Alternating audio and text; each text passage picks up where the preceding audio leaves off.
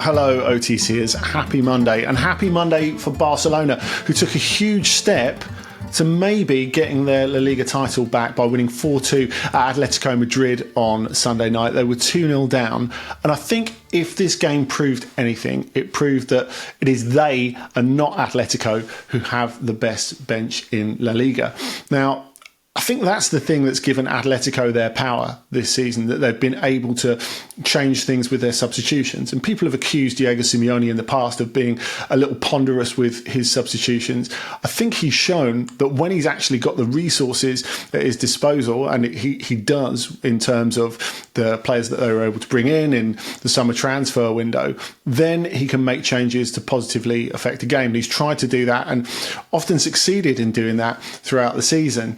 But Barcelona may be taking the advantage of the fact that Atletico were a little bit physically and emotionally fried from that Real Madrid game that they're never going to talk about again, except they are still talking about it from Wednesday night in the Champions League.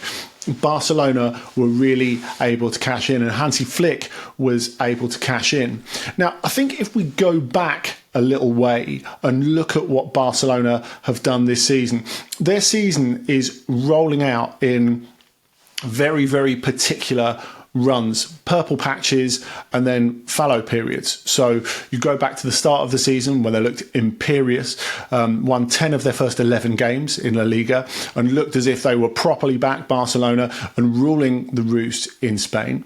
Then you have that run of only one win in 7, and you wonder why they're playing such good football and they can't get games sealed off. And yet since then, everything has changed. Since that last game with Atletico Madrid in La Liga, just before Christmas, of course, 4 days before Christmas, when they lost to a late Alex Sorloth goal on Montjuic. Since then, Barcelona have dropped 2 points in La Liga. They've won the Super Cup, they've advanced in the Champions League, and they've looked absolutely brilliant. And it felt, beyond their first 11, they might have a few issues as time went on, because they were forced to pick a certain 11 at the start of the season, or Hansi Flick was forced to pick a certain 11 due to injuries. And it was almost a difficulty for him, and he talked about it, when his injured players started coming back. So when you had Frenkie de Jong, when you had Ronald Araujo coming back, it was a bit of a problem for them, because on paper, great reinforcements, of course. But on the other hand, as Flick was describing at the time, you were getting players coming in to a team that were absolutely flying, and they weren't quite at the same level of match fitness. Now it feels as if that's evened out. And you look at Sunday night and the Metropolitano, and they were able to affect things off the bench because they have the return to fitness of Araujo, who they brought on.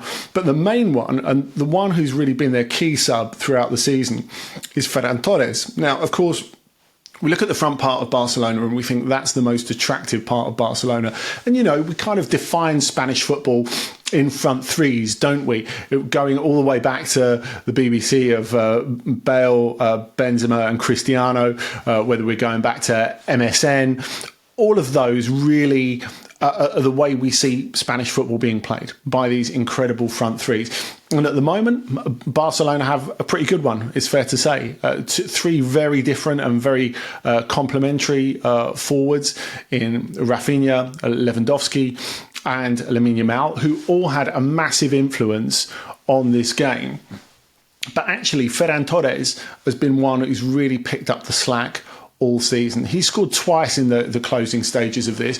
Okay, the fourth one, by the time he got that, they'd pretty much won the game anyway, after Lamine Yamal's deflected shot had put them in front in stoppage time in this match. But his headed equaliser, I think, was a really good example of how useful he can be. Because Lewandowski, of course, has been peerless this season. At 36, he's in his best physical form for absolutely ages. He's rattling in the goals left and right. Again, he was hugely important in this game because his goal to bring Barcelona back into the game. Now, after they conceded that second goal to Sorloth, and after they kicked off, 33 seconds after kicking off, Lewandowski, really out of nothing, scored a brilliant finish that very few strikers in La Liga or indeed in European or world football could score to give Barcelona a lifeline in this game. But I want to double down on the subs because Ferran Torres is so important for them, because he's the centre forward that people don't think is a centre forward. And it's funny because if you look at the coaches who've worked with him really closely throughout his career, you look at Pep Guardiola, who had him for Manchester City, you look at Luis Enrique, who had him for the Spain national team. They've always said, don't be fooled by his stature. Ferran is not a wide player. He is a forward and an authentic centre forward. Now, of course, when we think authentic centre forward, we do think Lewandowski. We think heading power. We think muscle. We think the sort of strength to wrestle defenders or crocodiles or whatever else. And Ferran is not that.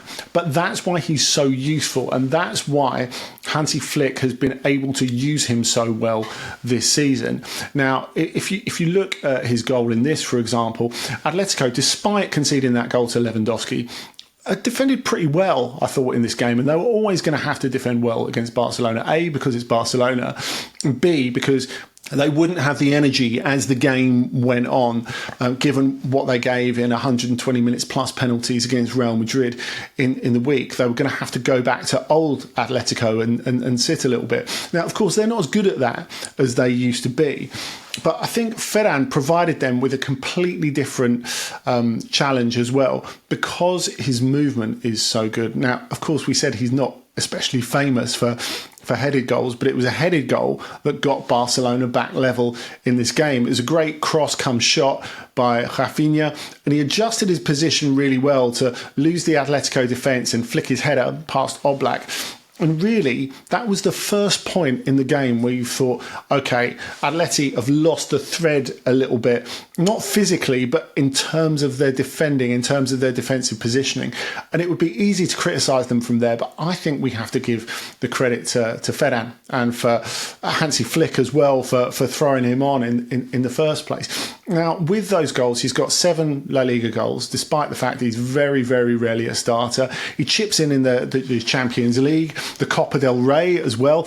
Of course, we've got another brilliant game coming up at the start of April at the Metropolitano between Atleti and Barcelona, the second leg of that Copa del Rey semi-final. They drew 4-4 in the first one, and Sorloth scored a late goal that counted in that, the equaliser, just as he scored the late goal that was the winner in the La Liga game back in December that we were talking about earlier.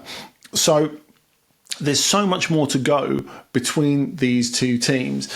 And as we said, Atleti have their bench as well. And it looked earlier in the game as if their subs would decide the game, because you get to midway through the second half and Simeone throws on Sorloth for Julian Alvarez, who'd scored the opener but was suffering from a fever.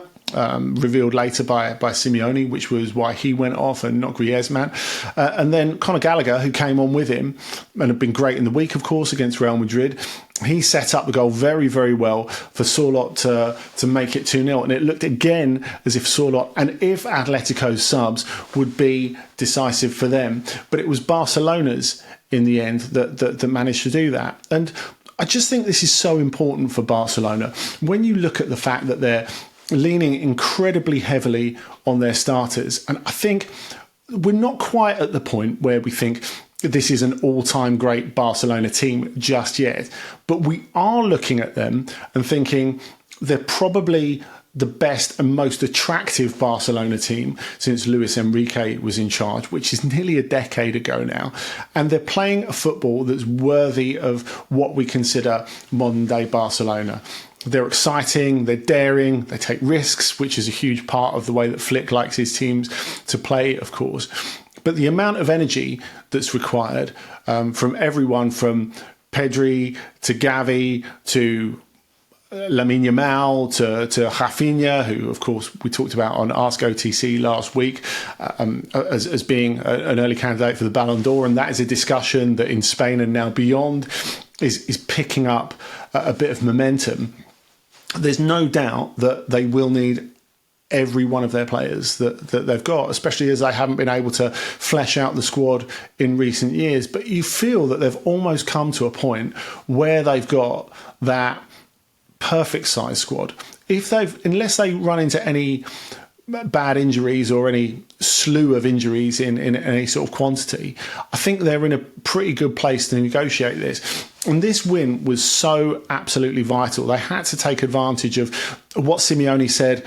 Emotionally, we weren't tired because we were lifted by the crowd, but physically, we just couldn't give any more after a certain point. And Barcelona had to take advantage of that, not only taking them this win back on top of La Liga at the end of the weekend after Real Madrid had won at Villarreal, but taking them 4 points clear of Atlético Madrid.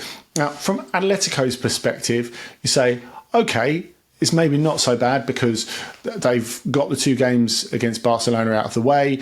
On their run-in, I don't think it's unrealistic to say that they could catch up points-wise, because it's not an absolutely humongous gap, because it's not going to be a 90-point Liga this season, and because Real Madrid and Barcelona have got huge matches going deep in the Champions League that are going to drain them as they go forward. But nevertheless, this did feel a decisive blow for Barcelona.